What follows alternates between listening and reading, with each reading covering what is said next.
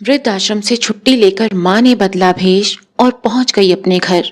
लेकिन घर पहुंचकर जो नजारा देखा, आत्मा कांप उठी। आसरा वृद्धाश्रम के कमरा नंबर 7 की एक दीवार पर पेंसिल से खींची गई 730 लकीरें थी। 65 वर्षीय शांति देवी ने वो पहली लकीर उस दिन खींची थी जिस दिन उनका बेटा समीर उन्हें यहाँ छोड़ गया था। माँ, पूरे 30 दिनों बाद आपको लेने आ जाऊंगा, ये कहकर गया था उनका बेटा। शांति देवी हर रोज एक लकीर खींचती थी, इस उम्मीद में कि 30 दिन पूरे होने पर उनका बेटा समीर आएगा, दरवाजे पर खड़ा होकर कहेगा, चलो माँ, घर चलो। और उस दिन वो हंसते हंसते सारी लकीरें अपने हाथ से मिटा देंगी। पर दीवार पर लकीरें बढ़ती रही। 30 दिन की बजाय 730 दिन बीत गए, लेकिन बेटा नहीं आया। अब तो शांति देवी की आंखों में उम्मीद का पानी भी सूख चुका था। आश्रम की दूसरी बुजुर्ग औरतें जब कभी उस दीवार को देखती तो उनकी आंखें भी भर आती थी। उस सुबह उनके पास वाले बिस्तर की कौशल्या अचानक कमरे में दौड़ती हुई आई। उसकी आंखों में अलग ही चमक थी। शांति, मेरा बेटा आ गया मुझे लेने। अब बाकी की जिंदगी अपने परिवार के साथ सुकून से बिताऊंगी।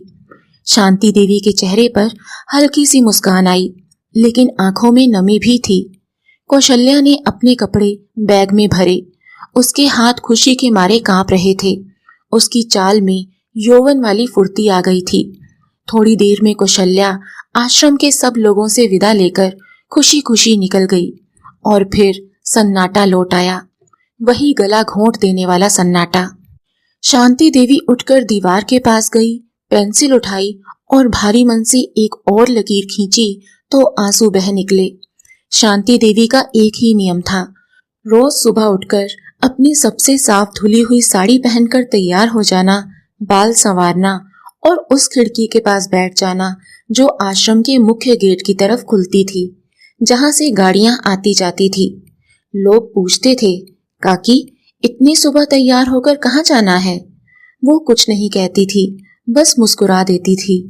जब भी किसी गाड़ी की आवाज आती, उनका दिल एक पल के लिए जोर से धड़कता। वो सलाखों को अपनी झुर्रीदार उंगलियों से कसकर पकड़ लेती। फिर गाड़ी रुकती और कोई अजनबी उस गाड़ी से उतरता और शांति देवी की उंगलियां धीरे धीरे सलाखें छोड़ देती। लेकिन अब वो इंतजार भी धीरे धीरे दम तोड़ता जा रहा था। एक सुबह आश्रम के कॉमन रूम में सब बुजुर्ग बातों में लगे थे। कोई अपनी पेंशन की बात कर रहा था, कोई दवाइयों की, तो कोई अपनी पोती के 12वीं कक्षा में प्रथम आने की बात बताकर गर्व महसूस कर रहा था। मेज पर अखबार पड़ा था। शांति देवी चुपचाप उसे उठाकर पन्ने पलटने लगी और तभी एक छोटे से विज्ञापन पर नजर अटक गई। आवश्यकता है एक प्रतिष्ठित परिवार को 5 साल के बच्चे की देखभाल के लिए एक अनुभवी और भरोसेमंद आया की। वेतन 10,000 रुपए। तुरंत संपर्क करें। नीचे जो पता लिखा था उसे देखकर शांति देवी की सांसें पल भर के लिए रुक गई। उन्होंने दोबारा पढ़ा, फिर तीसरी बार, जैसे आंखें यकीन नहीं कर पा रही थी। वो पता उनके ही घर का था, जिस घर की नींव उन्होंने और उनके स्वर्गीय पति ने अपनी सालों की बचत से रखी थी। और उनका 5 साल का पोता आर्यन, जब वो उसे छोड़कर आई थी तब वो ठीक से बोल भी नहीं पाता था। अचानक उनके सीने में वात्सल्य का एक ऐसा बवंडर उठा जिसने उनके सारे तर्कों को उड़ा दिया। अगर समीर और उसकी पत्नी नेहा को एक आया की जरूरत है तो इसका मतलब है कि घर में बच्चे को प्यार देने वाला, उसे संभालने वाला कोई नहीं है। आधुनिकता और करियर की अंधी दौड़ में उनका पोता अकेला पड़ गया है। उनके मन में एक युद्ध छिड़ गया। क्या मैं चली जाऊं? 2 साल से बच्चे को गोद में नहीं लिया, उसके बालों की खुशबू तक भूल गई। और अब वही बच्चा क्या किसी पराई गोद में पलेगा? नहीं, मैं ऐसा नहीं होने दूंगी। पर साथ ही एक दूसरी आवाज भी उठी, अपने ही बेटे के घर में नौकरानी बनकर जाएगी तू? अगर समीर ने पहचान लिया तो? अगर बहू ने 4 लोगों के सामने धक्के मारकर निकाल दिया तो?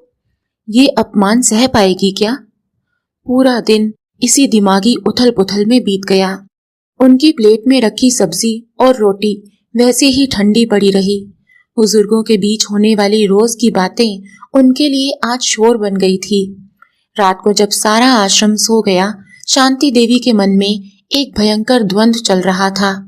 एक तरफ ममता चीख रही थी, जा शांति, यही मौका है, आया बनकर उस घर में वापस चली जा, एक बार अपने पोते को सीने से लगा ले। लेकिन दूसरी तरफ अंतर्मन डरा रहा था।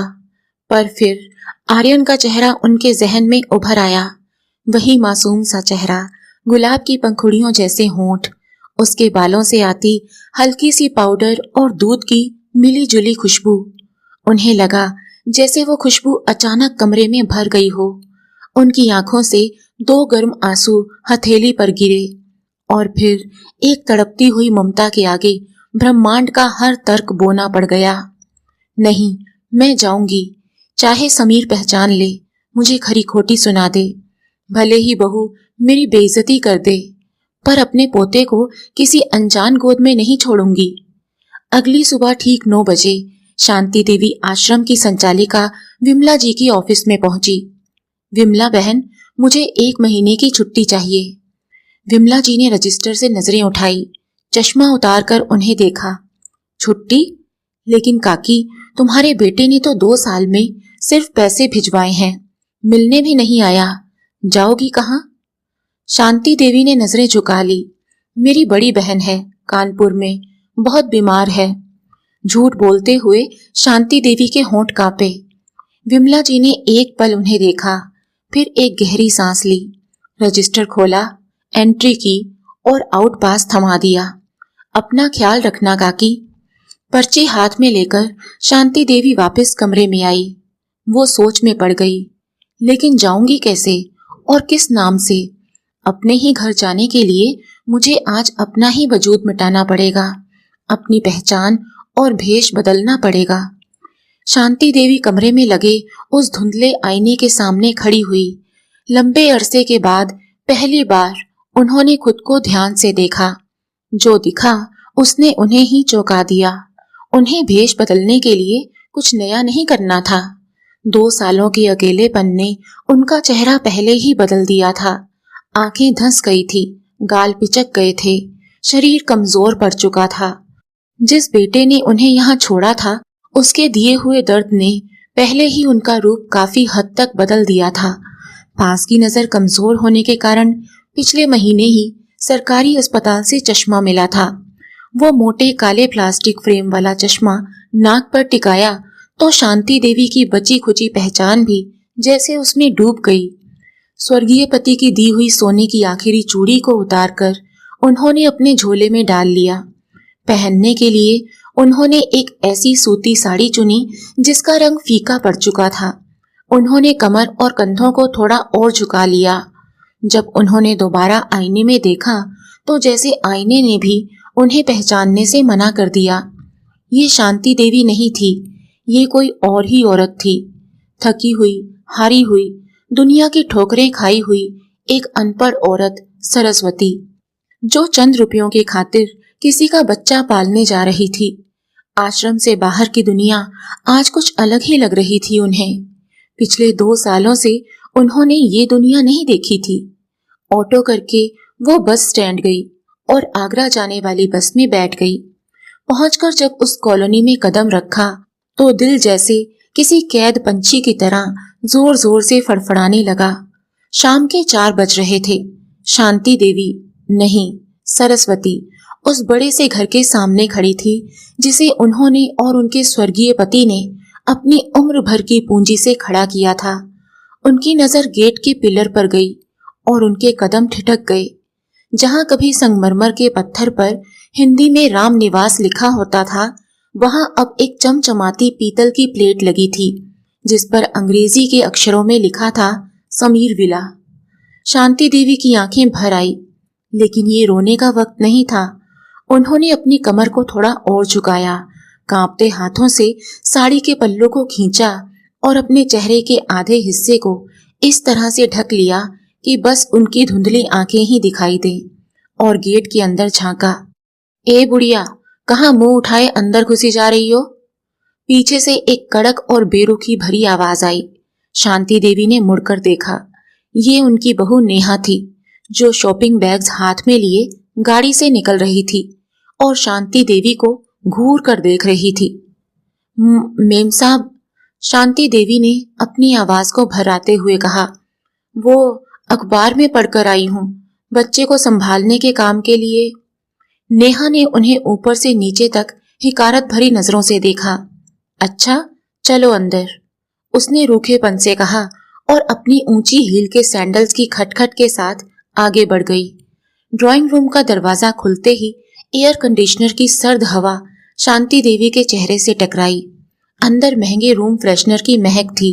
सामने सोफे पर समीर बैठा था, आंखों पर चश्मा और सामने लैपटॉप।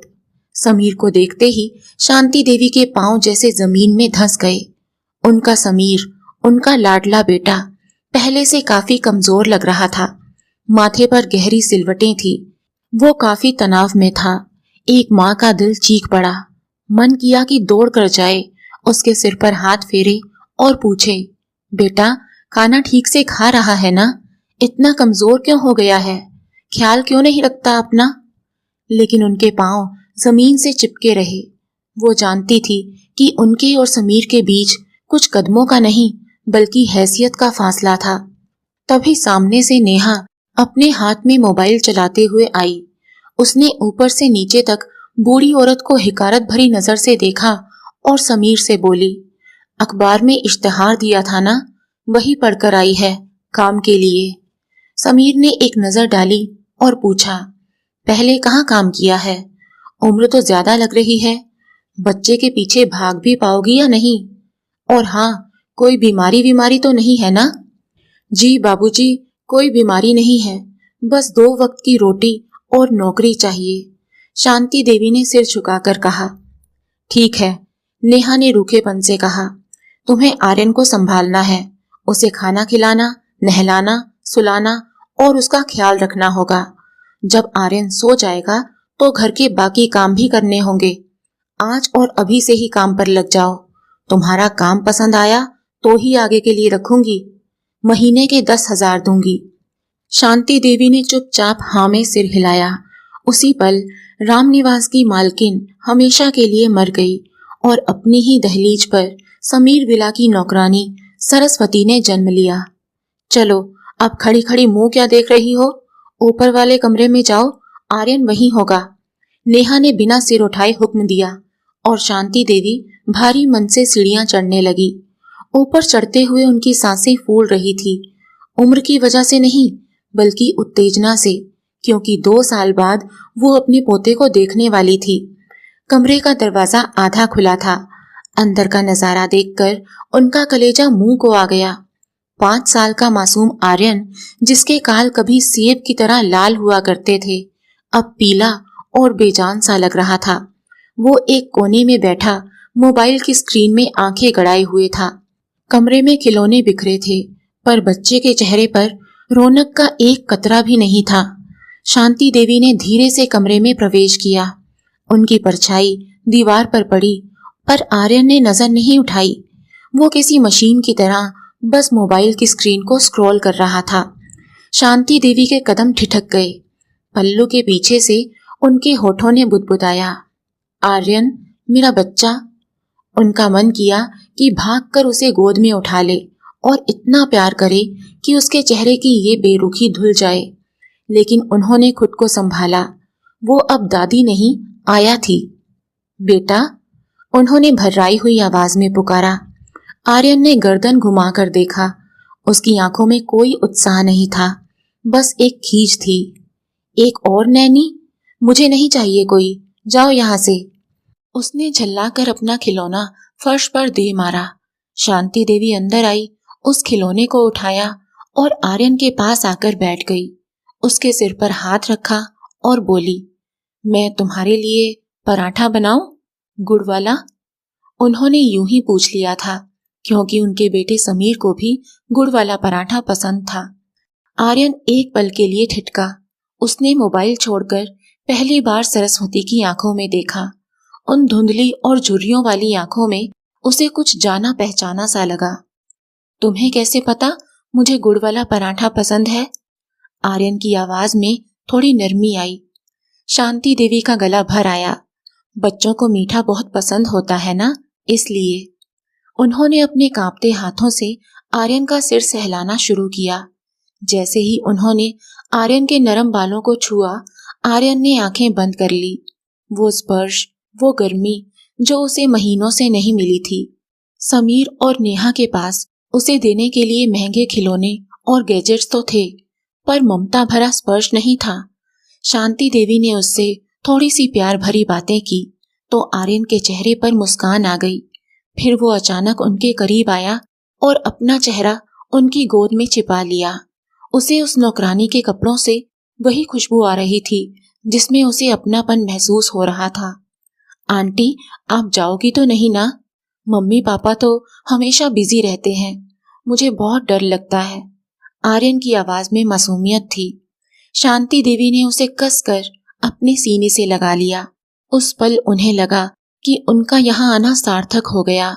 उस 5 साल के मासूम को उनकी जरूरत थी। उसी समय नेहा कमरे के दरवाजे पर आकर खड़ी हो गई। सरस्वती, इसे लाड़ मत लड़ाओ, खाना खिलाओ और सुला दो।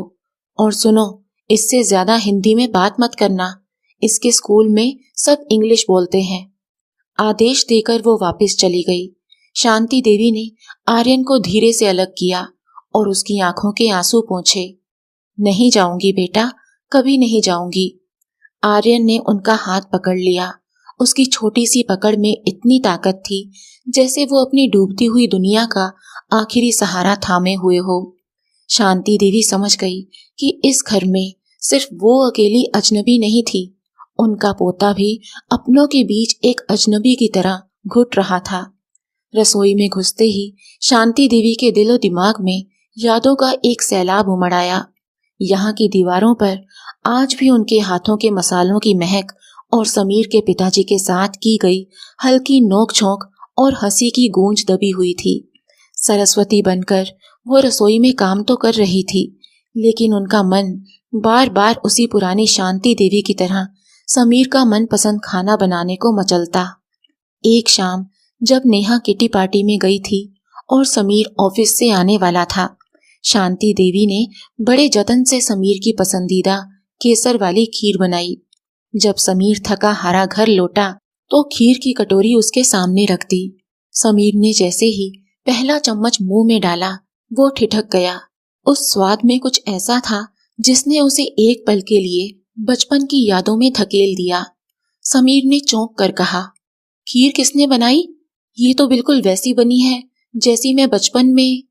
सुनते ही शांति देवी के कलेजे में हुक सी उठी। अपनी पहचान खुल जाने के डर से वो सिहर उठी। तभी अचानक समीर का फोन बज उठा। फोन पर बात करने के बाद समीर ने खीर की कटोरी दूर खिसका दी। बस, और नहीं खानी मुझे, कैलोरीज ज्यादा हो जाएंगी। शांति देवी ने राहत की सांस ली। आज तो बाल बाल बच गई। सोचते हुए वो चुपचाप कटोरी उठाकर ले गई, लेकिन असली झटका तो भी बाकी था। 2 दिन बाद शाम को नेहा की किटी पार्टी थी। शांति देवी ने देखा कि नेहा तैयार होकर रसोई में आई। वो बेहद खूबसूरत लग रही थी। उन्होंने देखा कि नेहा ने बड़ी फुर्ती से रसोई की एक दराज से एक सिरप की शीशी निकाली और उस सिरप की एक बड़ी मात्रा आर्यन के दूध के गिलास में मिला दी। शांति देवी का मन घबरा उठा कि आर्यन को कोई बीमारी तो नहीं है, फिर ये दवा कैसी? नेहा के जाने के बाद उन्होंने देखा कि वो कफ सिरप की बोतल थी। जब नेहा दूध का गिलास लेकर कमरे की तरफ बढ़ी तो ममता के मारे शांति देवी से रहा नहीं गया। वे पीछे पीछे कमरे तक आई। जैसे ही नेहा ने गिलास आर्यन के मुंह से लगाना चाहा, शांति देवी ने कांपते स्वर में पूछ ही लिया, मेम साहब माफ करना, पर आर्यन बाबा तो बिल्कुल भले चंगे लग रहे हैं, फिर ये दवा किस लिए? उन्हें कोई तकलीफ तो नहीं है? नेहा का हाथ वहीं ठिठक गया। उसकी आंखों में गुस्सा उतर आया। उसने शांति देवी को ऊपर से नीचे तक एक तिरस्कार भरी नजर से देखा और फुफकारते हुए बोली, तुम्हारी हिम्मत कैसे हुई मुझसे सवाल पूछने की? अपनी औकात मत भूलो सरस्वती। तुम यहाँ सिर्फ काम करने आई हो। यहाँ रहना है तो अपने काम से मतलब रखो। ये दवा उसे शांत करने के लिए है। इसे पीकर ये आराम से सो जाएगा। लेकिन तुम तो अनपढ़ हो ना, इसलिए ये सब तुम्हारी समझ से बाहर है। चुपचाप अपना काम करो और मेरे किसी काम के बीच में मत आया करो। इतना कहकर नेहा ने वो जहर जैसा दूध जबरदस्ती आर्यन के हलक में उतार दिया। शांति देवी का कलेजा मुंह को आ गया, पर वे चुपचाप सिर झुकाए खड़ी रही। जाते जाते नेहा ने दरवाजे से पलटकर एक और हुक्म सुनाया, सुनो, मुझे पार्टी से आने में देर हो जाएगी। रसोई में बर्तनों का ढेर पड़ा है, सब चमक जाने चाहिए, और अलमारी में रखे सारे कपड़ों को भी अभी के अभी इस्त्री करके रखना। काम में ढील बर्दाश्त नहीं होगी। नेहा की गाड़ी की आवाज दूर होते ही घर में सन्नाटा सा छा गया। शांति देवी काम छोड़कर तुरंत आर्यन के पास पहुंची। उनकी रूह तब कांप गई जब उन्होंने देखा कि अभी 10 मिनट पहले चहकने वाला बच्चा अब बिस्तर पर सो चुका था। अचानक उन्हें कॉमन रूम में टीवी पर देखी गई वो न्यूज रिपोर्ट याद आ गई, जिसमें बताया गया था कि बहुत से ऐसे कफ सिरप हैं जिनमें भारी मात्रा में नींद की दवा होती है, और आधुनिक माता पिता अपने बच्चों को शांत रखने के लिए उन्हें नींद की दवा के रूप में ये कफ सिरप पिला देते हैं। शांति देवी की रूह कांप उठी। ये तो धीमा जहर है।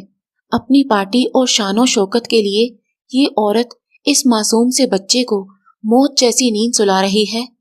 शांति देवी का दिल तड़प गया। हे ईश्वर, ये कैसा घर है? यहाँ रिश्तों की जगह स्टेटस है और ममता की जगह दवा का नशा। ये घर नहीं, ये तो एक सजा हुआ कब्रिस्तान है जहाँ जिंदा लोग घुट रहे हैं।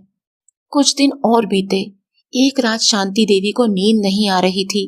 वो पानी पीने के लिए नीचे रसोई की ओर बढ़ी ही थी कि समीर के कमरे से आती फुसफुसाहट ने उनके कदम रोक दिए।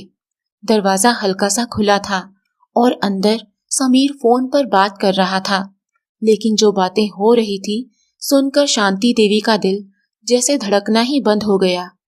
वकील साहब, आप बस कैसे भी करके माँ का डेथ सर्टिफिकेट बनवा दीजिए। समीर के स्वर में कोई हिचक नहीं थी। मुझे ये मकान जल्द से जल्द बेचना है। माँ तो वैसे भी दूसरे शहर के वृद्धाश्रम में बैठी है, वो अब यहाँ वापस नहीं आने वाली। मैं कल ही माँ की तस्वीर पर हार चढ़वा दूंगा। आस पड़ोस में बता देंगे कि माँ तीर्थ यात्रा पर गई थी और वहीं उनका देहांत हो गया। शांति देवी पत्थर की मूरत बनी वहीं खड़ी रह गई। समीर आगे बोला, अरे वकील साहब, आपके लिए क्या मुश्किल है? पैसे की फिक्र मत करो, ये काम करवा दो, मुंह मांगी रकम दूंगा। मुझे जल्दी से जल्दी ये काम करवाकर मकान बेचना है ताकि हम लोग विदेश में शिफ्ट हो सके। शांति देवी का सिर घूमने लगा। जिस बेटे को उन्होंने 9 महीने अपनी कोख में पाला, उसे चलना सिखाया, पाल पोस कर बड़ा किया, अपनी पलकों पर बिठाया, आज वही बेटा उनके जीते जी उनकी अर्थी सजाने की तैयारी कर रहा था। उन्हें सीने में तेज दर्द महसूस हुआ। ये दर्द उस दर्द से कहीं बड़ा था जब समीर उन्हें आश्रम छोड़कर आया था। समीर ने फोन रखा तो एक पल के लिए उसके चेहरे पर आत्मग्लानि के भाव उभरे। उसने अपना सिर पकड़ा और कुर्सी पर ढह गया। तभी नेहा ने उसके कंधे पर हाथ रखा। ज्यादा मत सोचो समीर, नेहा ने ठंडे स्वर में कहा। हम जो कर रहे हैं अपने फ्यूचर के लिए कर रहे हैं। तुम्हें क्या लगता है, अगर तुम अपनी माँ से मकान बेचने के लिए कहोगे तो क्या वो मान जाएंगी? बिल्कुल नहीं। वो अपनी पुरानी यादों को पकड़कर बैठी रहेंगी और हमारा करियर बर्बाद हो जाएगा। अब सो जाओ। नेहा ने बत्ती बुझा दी। वे दोनों तो सोने चले गए, लेकिन शांति देवी की आंखों से नींद पूरी तरह से उड़ गई। वे अपने कमरे में वापस आ गई थी। अंधेरे कमरे में समीर के बचपन की यादें किसी फिल्म की तरह उनकी आंखों के सामने नाचने लगी। उन्हें याद आया वो नन्हा समीर जो बाजार में भीड़ देखकर डर जाता था और अपनी माँ की उंगली ऐसे पकड़ता था जैसे अगर छोड़ दी तो दुनिया ही खत्म हो जाएगी।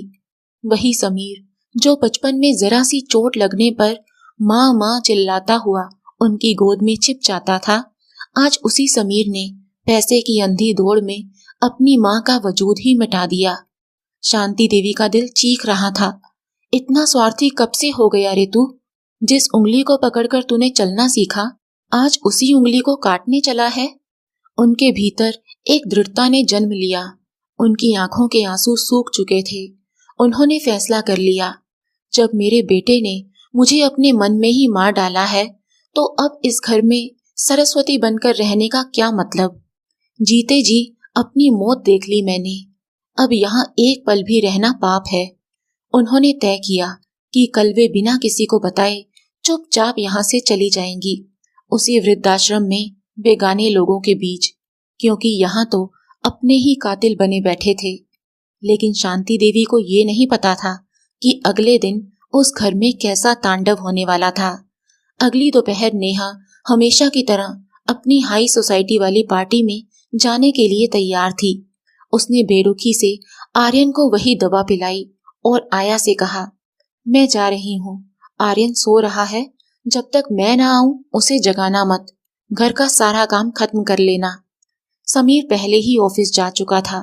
शांति देवी ने देखा कि दवा पीते ही आर्यन को नींद आने लगी और कुछ ही मिनटों में वो गहरी नींद में सो गया।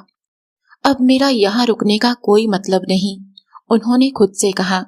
सरस्वती बनकर यहाँ तिल तिल मरने से अच्छा है कि मैं वापस अपने उसी आश्रम के एकांत में मर जाऊं। लेकिन जाने से पहले उनके भीतर की तड़पती हुई ममता ने उन्हें एक कागज और पेन उठाने को मजबूर कर दिया। उन्होंने अपने कांपते हाथों से समीर के नाम एक खत लिखा और उसे समीर के कमरे की टेबल पर रख दिया। अपना झोला उठाकर वो कमरे से बाहर निकली ही थी कि अचानक उनकी नाक में कुछ जलने की तेज गंध आई। उन्होंने घबराकर चारों ओर देखा, सब शांत था, लेकिन जैसे ही ऊपर की ओर नजर गई, उनके होश उड़ गए।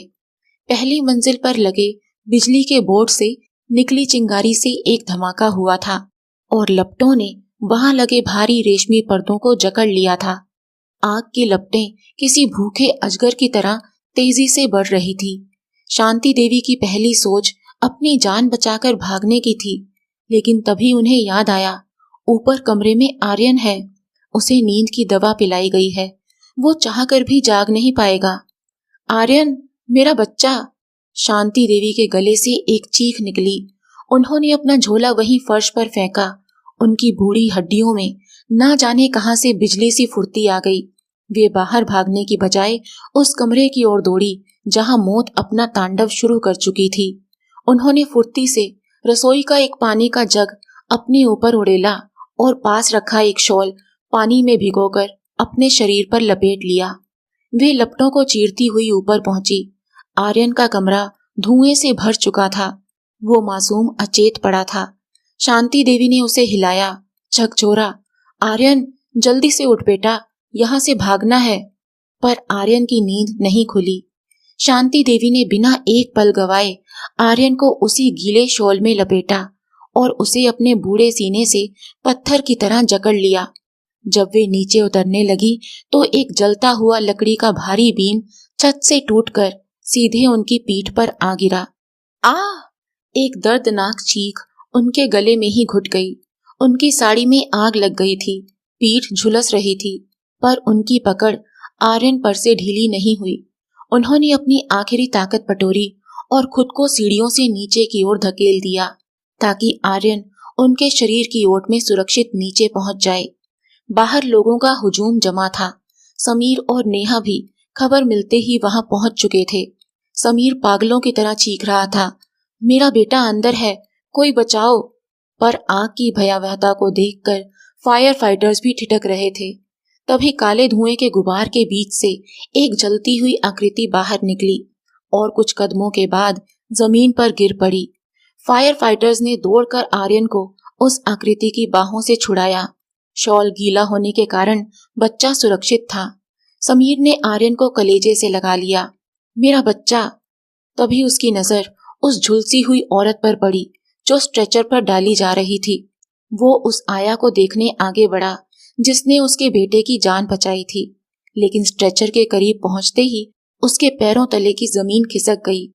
आग की तपन और उस जद्दोजहद में उस महिला के चेहरे से वो मोटे फ्रेम वाला चश्मा कहीं गिर चुका था और वो घूंघट भी हट गया था जिसकी आड़ में वो अब तक अपना चेहरा छिपाती आई थी। समीर की धड़कनें जैसे रुक सी गई। वो झुलसा हुआ चेहरा, वो आंखें, उसे लगा जैसे वो अपनी ही माँ को देख रहा हो। लेकिन उसका दिमाग मानने को तैयार नहीं था कि जो माँ आश्रम में है वो यहाँ कैसे हो सकती है। अस्पताल पहुंचने पर डॉक्टर ने समीर को बताया, बच्चा ठीक है, बस कुछ छोटी मोटी खरोंचें आई हैं। लेकिन उस आया की हालत बेहद गंभीर है, वे मौत से लड़ रही हैं। आर्यन के सुरक्षित होने की तसल्ली के बाद समीर घर की हालत देखने वापस आया। नेहा अभी अस्पताल में ही थी।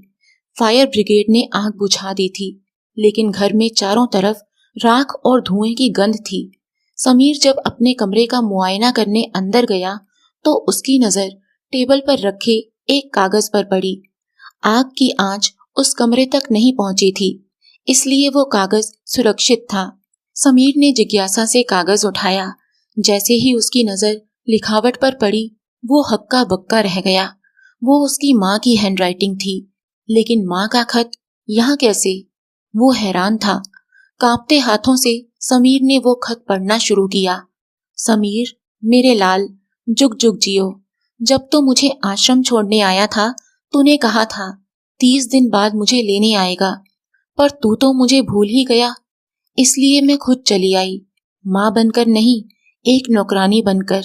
इस घर में झाड़ू पोछा किया, नौकरानियों वाले सारे काम किए, पर कोई दुख नहीं था, क्योंकि इसी बहाने मैं रोज अपने बेटे और पोते का चेहरा तो देख लेती थी। बेटा, वो नन्हा सा बच्चा आर्यन, वो बहुत अकेला है। उसे अपने माँ बाप के प्यार और साथ की बहुत जरूरत है। विनती है तुमसे कि आधुनिकता और स्टेटस के नाम पर उस नन्हे से बच्चे का जीवन बर्बाद मत करो। अपनी सहूलियत और पार्टियों पर जाने के लिए बहू उसे रोज कफ सिरप पिला देती है ताकि वो घंटों तक सोया रहे। लेकिन बेटा, उसे नींद की दवा की नहीं, तुम दोनों के प्यार की जरूरत है। नेहा को भी समझाना, मेरे आर्यन को संभाल लेना, क्योंकि आज मैं इस घर से जा रही हूँ। हाँ मेरे लाल, कल रात मैंने तेरी और वकील की बात सुन ली थी। तूने अपने जीते जी मेरी तस्वीर पर हार चढ़ाने का फैसला कर लिया। लेकिन कोई बात नहीं बेटा, मैं खुद ही तेरी जिंदगी से हमेशा के लिए जा रही हूँ। बस एक आखिरी बार तुझे सीने से लगाने की हसरत अधूरी रह गई। तेरी अभागी माँ। पत्र समीर के हाथ से छूटकर जमीन पर गिर पड़ा। उसका पूरा शरीर थर थर कांपने लगा। उसकी आंखें फटी रह गई। वो आया, वो सरस्वती मेरी माँ थी। मेरी माँ ने मेरे बच्चे को बचाने के लिए खुद को आग में झोंक दिया।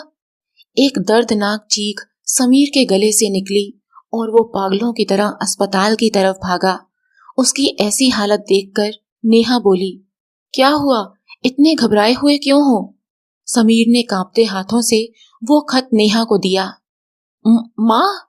समीर के गले से एक दर्दनाक चीख निकली और रोता हुआ सीधा आईसीयू के अंदर दौड़ा। सामने पट्टियों में लिपटी अधजली हालत में शांति देवी लेटी थी। मॉनिटर पर उनकी धड़कनें दम तोड़ रही थी। समीर उनके बिस्तर के पास घुटनों के बल धड़ाम से गिरा। माँ, मुझे माफ कर दो माँ, मैं स्वार्थ में अंधा हो गया था। मैं दुनिया का सबसे नीच बेटा हूँ। माँ, आंखें खोलकर देखो, तुम्हारा समीर आया है। तभी वहां मौजूद डॉक्टर ने आर्यन की जांच करते हुए एक ऐसी बात कही जिसने समीर की आत्मा को चीर कर रख दिया। डॉक्टर ने भारी आवाज में कहा, कमाल है, इस बुजुर्ग अम्मा की हिम्मत को भगवान भी सलाम करेगा। ये खुद 80% झुलस गई हैं। इनकी पीठ, इनके हाथ पूरी तरह जल गए हैं, लेकिन इन्होंने बच्चे को अपने सीने से ऐसे जकड़ रखा था कि आग की एक लपट, एक आंच तक इस मासूम को नहीं छू पाई। खुद चिता बन गई, लेकिन बच्चे के लिए ढाल बन गई। डॉक्टर के इन शब्दों ने समीर के अंदर जैसे खोलता हुआ लावा भर दिया। उधर कुछ दूरी पर खड़ी नेहा भी फूट फूट कर रो रही थी। वो कांप रही थी। उसने कभी सपने में भी नहीं सोचा था कि जिस बूढ़ी माँ को उसने हमेशा ताने मारे, जिसके बेटे से उसे जुदा कर दिया, उसके खुद के घर से उसे निकाल फेंका था, उसी माँ ने आज खुद जलकर उसके बच्चे को जीवन दान दे दिया था। एक माँ की ममता के आगे आज नेहा का सारा गुरूर राख हो चुका था। तभी डॉक्टर ने आर्यन की आंखों को टॉर्च से चेक करते हुए माथा सिकोड़ा। लेकिन एक बात समझ नहीं आ रही, घर में इतनी भयानक आग लगी थी, इतना धुआं और शोर था, फिर भी ये बच्चा अपनी जगह से हिला तक क्यों नहीं। ये इतनी गहरी बेहोशी में है जैसे इसे नींद की कोई दवा दी गई हो। अगर ये अम्मा इसे ना लाती तो ये बच्चा तो नींद में ही दम तोड़ देता। डॉक्टर की बात सुनकर समीर ने जलती निगाहों से पास खड़ी नेहा को देखा। नेहा की गर्दन शर्म और अपराध बोध से झुक गई थी। समीर को उस खत का एक एक शब्द सच होता दिख रहा था। तभी शांति देवी की पलकें धीरे से हिली। उनके झुलसे हुए चेहरे पर एक सुकून भरी मुस्कान आई। उन्होंने अपनी आखिरी ताकत बटोरी और बेहद धीमी आवाज में कहा, मेरा आर्यन तो ठीक है ना? हाँ माँ, वो बिल्कुल ठीक है, समीर रोते हुए बोला, और तुम भी ठीक हो जाओगी। लेकिन शांति देवी की सांसें अब बहुत तेजी से उखड़ रही थी। समीर ने रोते हुए उनका जला हुआ हाथ अपने गालों से लगा लिया। माँ, तुम्हें कुछ नहीं होगा, तुम मुझे छोड़कर कहीं नहीं जाओगी। हल्की सी मुस्कान के साथ बड़ी मुश्किल से शांति देवी बोली, अब तुम्हें मेरा झूठा डेथ सर्टिफिकेट नहीं बनवाना पड़ेगा। और कुछ पलों के बाद उनके होठों की वो मुस्कान हमेशा के लिए ठहर गई थी। उनकी आंखें बंद हो गई और उनकी गर्दन एक तरफ लुढ़क गई। ईसीजी मॉनिटर की वो सीधी लकीर और पीप की एक लंबी तीखी आवाज ने अस्पताल के सन्नाटे को चीर दिया। माँ! समीर अपनी माँ की देह से लिपटकर ऐसे दहाड़ मारकर रोया कि वहां खड़े डॉक्टर, नर्स और यहाँ तक कि नेहा की आंखों से भी आंसुओं का सैलाब बह निकला। जिसने आज तक सास को सिर्फ एक बोझ समझा था, ममता के महाबलिदान के आगे आज उसी नेहा का अहंकार दम तोड़ चुका था। समीर चीख रहा था, उठ जाओ माँ, मुझे विदेश नहीं जाना, मुझे सिर्फ मेरी माँ चाहिए। लेकिन अब बहुत देर हो चुकी थी। दोस्तों, क्या ये सिर्फ एक कहानी है? नहीं, ये आधुनिक समाज का कड़वा सच है। आज इंसान चांद पर पहुंच गया है, लेकिन अपने ही घर के बुजुर्गों के दिलों तक पहुंचने का रास्ता भूल गया है। जब तक माँ बाप जिंदा हैं, उनकी कद्र कीजिए, क्योंकि उनकी तस्वीर पर चढ़ाया गया सोने का हार भी उन्हें जीते जी दिए गए 2 पल के प्यार की बराबरी कभी नहीं कर सकता। तो दोस्तों, आपको ये कहानी कैसी लगी? लाइक और कमेंट करके जरूर बताएं। कहानी पसंद आई हो तो वीडियो को ज्यादा से ज्यादा शेयर करें। हो सकता है कि आपके द्वारा किया गया एक शेयर किसी समीर को उसके माँ बाप की कद्र जीते जी करना सिखा दे।